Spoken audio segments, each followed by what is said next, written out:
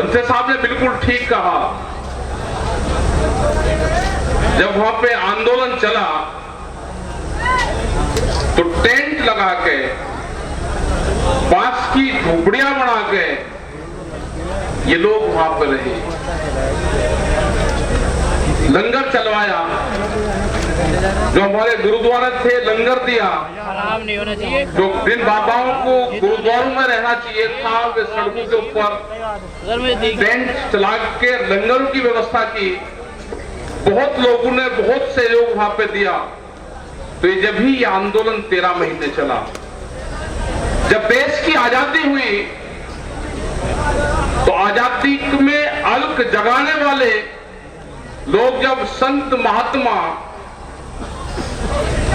उस आजादी में आए तो आजादी जब मिली, जब गांव के मजदूर और किसान उसमें आए तो जब आजादी मिली। यहाँ पे एक बड़ा सवाल आता है कि मजदूर कौन है, किसान कौन है, ये बाबा भीमराव अंबेडकर कौन है, जिन्होंने संविधान लिखे वे कहां से आते थे। तुमने हर बार एक बात कही कि जो लोग गांव में रहते हैं, जिनका व्यवसाय खेती करना है, मजदूरी करना है, वो किसी भी जाति से है, जब उसके हाथ में मिट्टी लग के जाएगी, जब उसके हाथ में मिट्टी, पैर में मिट्टी लगेगी, वो चमकीली कोठरियों में और दिल्ली की कोठरियों में जाएगा तो उसको घुसने नहीं देगा। वे सब लोग ऐसी हैं, हम सब लोग ऐसी हैं जिनके हाथ में मिट्टी, पैर में मिट्टी लगी हुई है। उसकी जाति कोई भी है, अगर वो गांव में खेत में काम करता है तो सब ऐसी हैं, घबराने की जरूरत नहीं। ये सब उसी जातियों से हैं। ये तो उनके लिए है जो बड़े लोग चमकीली कोठरियों में रहते हैं, जातियां तो उनकी है। गांव में रहने वाले की कहां जातियां हैं। ये संविधान जब बचेगा, आज इसका टाइम आ गया है बचाने का, क्योंकि जो मौजूदा सरकार है ये देश के संविधान को नहीं मानती, ये देश के कानून को नहीं मानती, ये देश के इलेक्शन कमीशन को नहीं मानती। ये ताकत के बल पे, ये पीट के, ये कानून का डर दिखा के हाजी करवाना चाहती है। हाजी ये डराती है और बोलती है कि हाजी को सरकार ठीक है। मैंने देखा एक दिन, कुछ लोग नाराज मत होना, क्योंकि जो देखा उसके लिए बोल रहा हूं। एक गाड़ी आ रही, उस पे हज लिखा हुआ है, एक पार्टी का झंडा लग रहा, बड़ा मौलवी उसमें बैठे, हज लिख रहा, बीजेपी का झंडा लगा के। हमने कहा कि इस पे डर हज और लिख लेना। मतलब ये हालात होगी, मतलब डर क्या बोल रहे हो। देश की जब आजादी हुई तो 90 वर्ष लड़ाई चली, आंदोलन चले,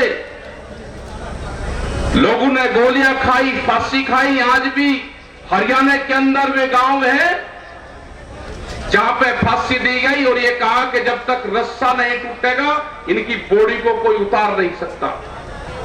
एक साल के बाद उनके रस्से टूटे, उनकी बॉडियां उतरी।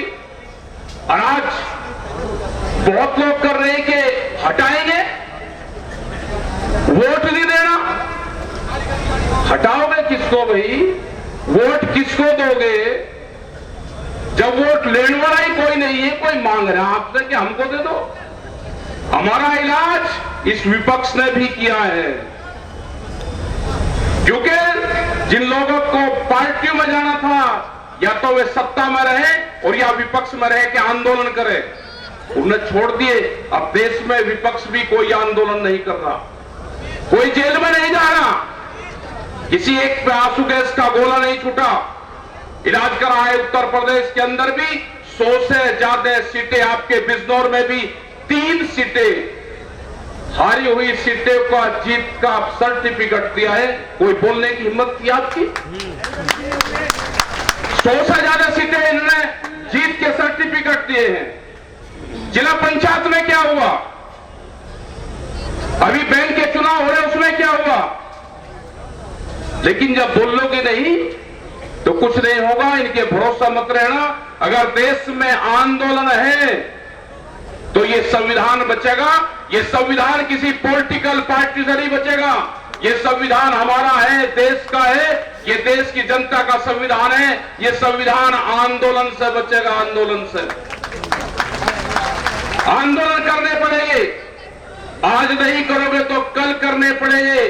जिंदा रहने के लिए आंदोलन का सहारा लेना पड़ेगा, नहीं तो आने वाली पीढ़ियां आपको माफ नहीं करेगी। देश के प्रधानमंत्री ने कहा कि 2047 तक काया पलट हो जाएगी। 2047 तक देश की 70% जमीन बड़े व्यापारियों के पास में चली जाएगी। बड़े घराने तैयार हो रहे हैं। देश के जो हमारे उद्योगपति थे यहाँ के, वे देश छोड़ के बाहर जा रहे हैं। नए उद्योगपति तैयार किए जा रहे हैं। आंदोलन होगा और आंदोलन इस देश का मजदूर और किसान बचाओगा। कोई शहर के लोग कोई आंदोलन करने नहीं आएंगे।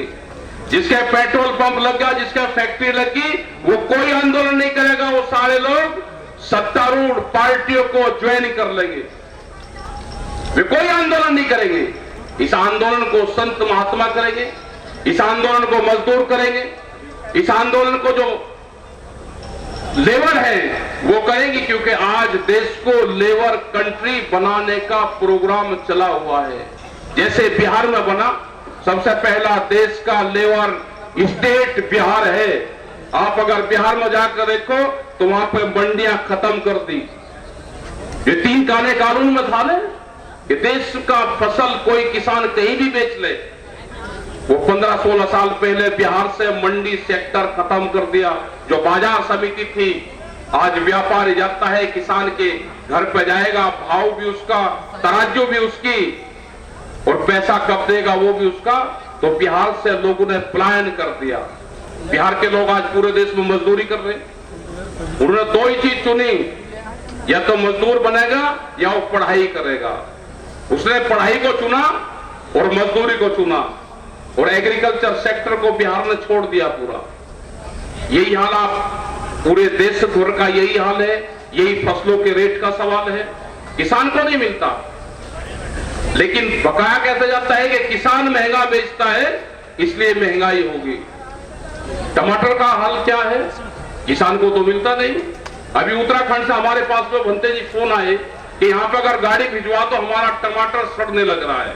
हमारे पास में गाड़ियों की व्यवस्था नहीं है और यहाँ जनता तराई तराई कर रही है। यही जो कश्मीर के सेब का यही हाल था।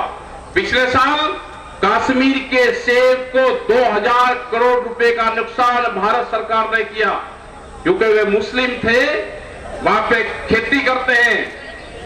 जो कश्मीर में वैली है सेब की, उनके ट्रक 18 दिन तक उनके ट्रक रोके रहे।